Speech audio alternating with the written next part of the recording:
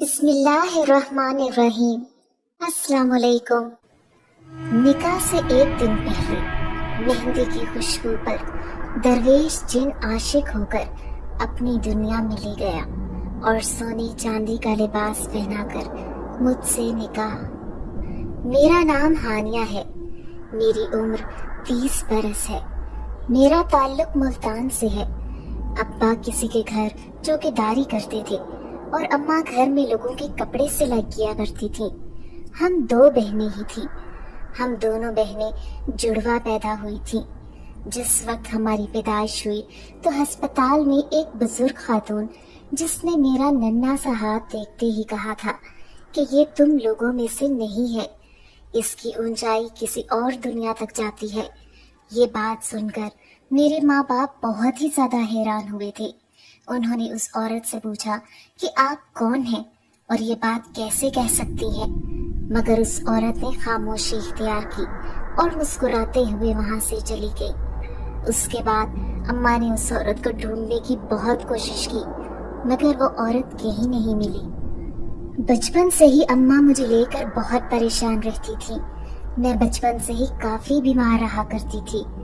اماں ہر وقت مجھے کبھی کسی ڈاکٹر کے پاس تو کبھی کسی ہسپتال تو کبھی کسی حکیم کے پاس لے کر پھرتی رہتی۔ بہت کم ایسا ہوتا تھا کہ میں کسی دن صحت یاب ہوں۔ زیادہ تر تو مجھے بیماری کے مسائل سے دوچار ہونا پڑتا تھا۔ اماں کو اتنا پریشان کسی اور اولاد نے نہیں کیا تھا جتنا وہ میری وجہ سے پریشان ہوئی تھی۔ میں 10 سال کی ہوئی تو میرے اور میری بہن کے چہرے میں صرف اتنا فرق تھا کہ میری آنکھوں کے پاس ایک چھوٹا سا پیدائشی نشان تھا اور میری جڑواں بہن کی آنکھ بالکل صاف تھی۔ باقی ہم دونوں کی عادات، شکل و صورت، رنگ روپ سب کچھ ایک جیسا ہی تھا۔ دیکھنے والا ہم دونوں میں فرق نہیں کر سکتا تھا۔ ہم لوگوں کو گاؤں کے لوگ اسی نشانی سے پہچانتے تھے۔ میں بچپن سے بیمار تو رہتی ہی تھی، مگر میں بہت چلبلی سی، شرارتی سی تھی۔ پورے گاؤں کے ناک میں دم کر رکھا تھا اور اکثر میری وجہ سے میری جڑواں بہن کو سب سے ڈانٹ پڑ جاتی۔ شرارت میں کرتی تھی اور پکڑی وہ جاتی تھی۔ سب لوگ سمجھتے تھے کہ یہ کام اس نے کیا ہے، کیونکہ تب میں اتنی معصوم سی شکل بنا لیا کرتی تھی کہ کسی کو مجھ پر شک نہیں ہوتا تھا۔ گاؤں کے بیچوں بیچ ایک برگد کا درخت تھا۔ گاؤں کے لوگ ہمیشہ کہا کرتے کہ یہاں سایہ ہے۔ جوان بچیوں کا وہاں جانا سختی سے منع تھا۔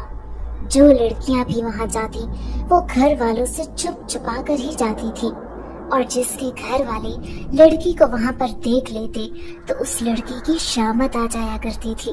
اس کے گھر والے اسے بہت زیادہ ڈانٹتے تھے۔ اس درخت سے کچھ دور ایک ندی بہتی تھی جس کا پانی شیشے کی طرح صاف شفاف تھا۔ میں اکثر اپنے گھر کی چھت پر کھڑے ہو کر اس برگد کے درخت اور اس ندی کو حسرت بھری نظروں سے دیکھا کرتی اور اس میں اتنا کھو جاتی کہ میرے پاس کوئی جو مرضی بولتا ہو مجھے کچھ سنائی نہیں دیتا تھا۔ میری نظریں اسی کا طواف کرتی رہتی تھی۔ میں وہاں پر جانا چاہتی تھی کیونکہ وہ جگہ مجھے بہت زیادہ پسند تھی۔ میری 3 سہیلیاں بھی تھیں جو گاؤں میں ہی ہمارے پڑوس میں رہا کرتی تھیں۔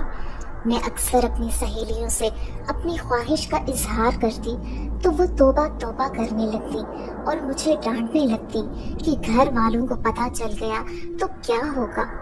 ان میں سے میری ایک سہیلی کی شادی تھی۔ ہمارے گاؤں میں لڑکیوں کا چھوٹی عمر میں ہی نکاح کر دیا جاتا تھا۔ گاؤں پر تو جیسے کسی کی بد دعا تھی۔ جب بھی کسی لڑکی کا نکاح اسی گاؤں میں ہوتا اس کے ساتھ کوئی نہ کوئی مسئلہ ہو جاتا۔